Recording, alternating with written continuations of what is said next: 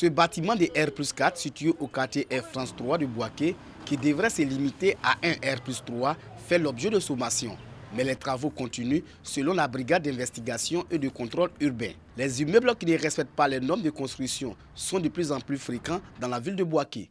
L'urbanisation est surveillée, mais j'avoue qu'à Bouaké, la surveillance est très pénible. Les textes là existent, mais l'application là est nouvelle au niveau de Bouaké.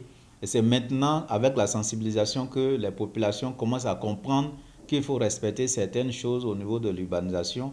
Les défis liés à l'urbanisation sont considérables à Bouaké et cela en grande partie d'un manque d'information de la population sur les dispositions en vigueur. Pour les autorités municipales, ce contexte est dû à plusieurs facteurs. Des crises répétées que Bouaké a eu à connaître, on a assisté à une urbanisation galopante et non maîtrisée.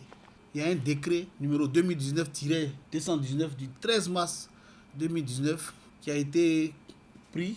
Donc ce décret vient pour corriger ce dysfonctionnement. Du côté de la direction régionale du ministère de la Construction, du Logement et de l'Urbanisme de Bouaké, les efforts sont déployés pour réguler les constructions de logements à Bouaké. L'État dit pour construire, il faut le permis de construire. Lorsque nous faisons le contrôle, on notifie d'abord pour savoir quel document celui qui construit a avant de construire. Logiquement, toutes les occupations anarchiques doivent faire l'objet de déguerpissement et de démolition. Malgré les sensibilisations sur les normes d'urbanisation, des propriétaires de maisons et d'entreprises immobilières semblent ne pas respecter les normes fixées par le ministère de la Construction, du Logement et de l'Urbanisme. Nous appelons en tout cas l'ensemble de la population, pour tous ceux qui désirent construire, de saisir le ministère de la Construction pour les conseils et puis les documents idoines avant de commencer toute forme de construction. La direction des services techniques de la mairie de Bouaké travaille de concert avec la direction régionale du ministère de la Construction, du Logement et de l'Urbanisme de Bouaké pour trouver des solutions durables à cette problématique et garantir une urbanisation plus responsable.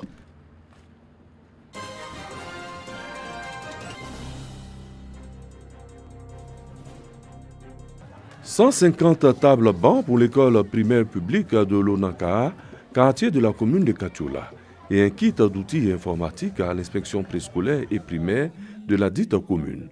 Un don de l'association Wodaouari. Occasion pour les responsables de l'éducation de saluer cette initiative et le directeur de la dite école primaire d'exprimer son soulagement. On avait un véritable problème de banc, les élèves s'asseyaient 4 à 3. Il n'y avait même pas un banc où les élèves s'asseyaient à 2. Vraiment, aujourd'hui, ce don vient sincèrement soulager le personnel enseignant, vient soulager l'Olanka. Pour les donateurs, il s'agit d'apporter leur contribution à la bonne marche de l'école. C'est une manière pour nous, n'est-ce pas, d'apporter notre soutien, n'est-ce pas, aux différentes structures administratives et sociales de la ville de Katiola, sinon du département de Katiola. Donc c'est une manière pour nous de contribuer, n'est-ce pas, au développement, n'est-ce pas, de notre communauté ici à Katiola. Le représentant du préfet de région du Hambol salue cette action et invite d'autres associations à leur emboîter le pas.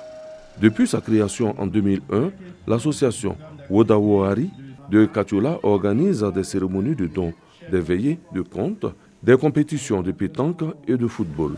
Objectif, contribuer au bien-être des populations.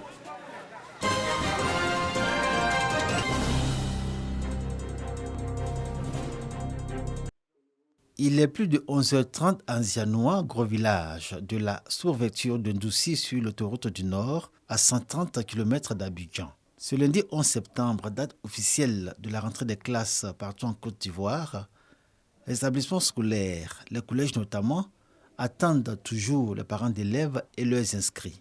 L'atmosphère est toujours celle des vacances et les élèves qui ont trouvé comme job de vacances la maçonnerie, la mécanique, la vente à la criée des produits vivriers et autres marchandises à l'escale des cars de voyageurs poursuivent leur activité.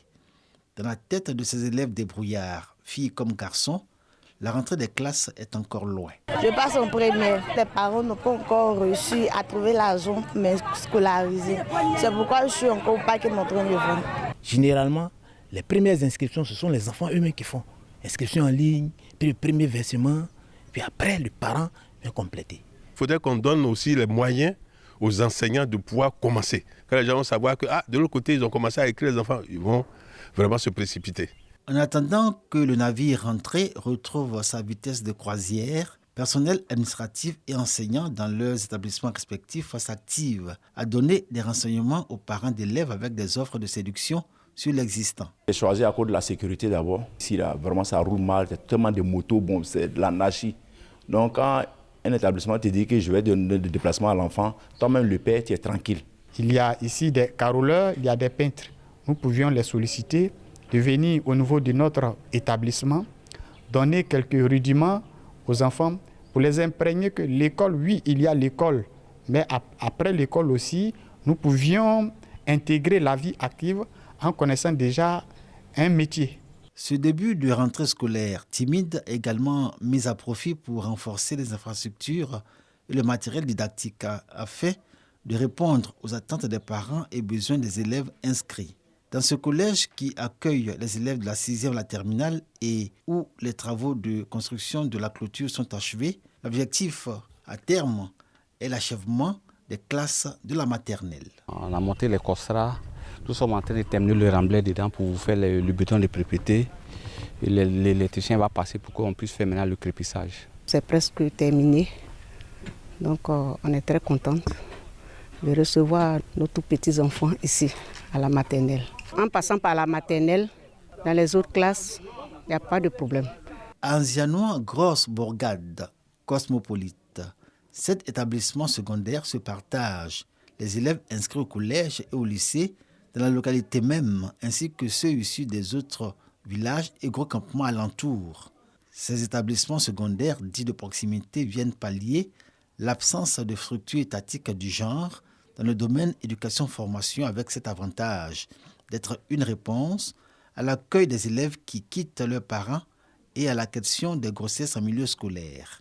Aujourd'hui, les parents se félicitent de cette présence d'établissements secondaires privés qui reçoivent des affectés de l'État et nombreux parmi eux séduisent par leurs excellents résultats. D'autres parents viennent par rapport à l'inscription de leurs enfants. Quand on leur dit, bon, nous ne pouvons pas recevoir les 6e, vraiment, ils sont tellement découragés. Parce que l'année passée, au BPC, nous avons misé fort afin d'avoir pratiquement 53,17% d'admis au BPC. Nous avons eu le code pour pouvoir vraiment ouvrir, mais je ne sais pas au juste qu'est-ce qui s'est passé pour qu'un établissement ait le code en première année et en deuxième année, l'établissement ne figure pas sur la plateforme pour pouvoir recevoir les affectés. Les élèves allaient dans ces établissements privés parce que l'État n'avait pas de structure d'accueil. Il y a un collège moderne qui est ouvert ici à Tia-Salé. Il y a un deuxième qui ouvre cette année dans même Tia-Salé. Il y a un collège à Taboitien. Il y a 2 collèges à Binao.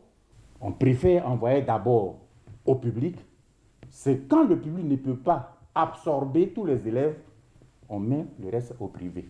Sur un total de 45 000 élèves attendus à l'inscription pour cette année académique 2023-2024, la Direction régionale de l'éducation nationale et de l'alphabétisation de Tia-Salé au niveau des lycées et collèges, seulement 10 000 d'entre eux ont fait leur inscription en ligne et moins de 5 000 selon les autorités éducatives de cette région ont effectivement répondu présents au premier jour de la rentrée.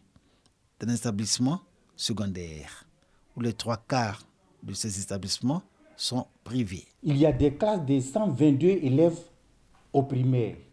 Tous ces élèves, quand ils sont admis au CEP et à l'entrée en 6e, ils ne peuvent pas être gérés par le public. Et tous. Le plus proche établissement, c'est le lycée Bad à Ondussi. Donc il faut que ces élèves-là quittent Nzianois pour venir à Ondussi et se chercher des tuteurs.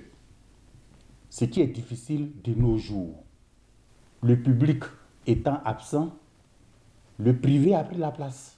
Nous sommes en train de lutter avec le préfet actuel, M. Vakaba, pour que un collège public naisse un jour à Nzianois. Pour cette année scolaire, les fondateurs d'établissements privés et les parents d'élèves de Nzianois ont espoir que la localité soit érigée en centre d'examen pour le BEPC, un pôle pédagogique raté de peu l'année dernière et qui constitue pour Nzianois le défi majeur de cette année scolaire 2023-2024.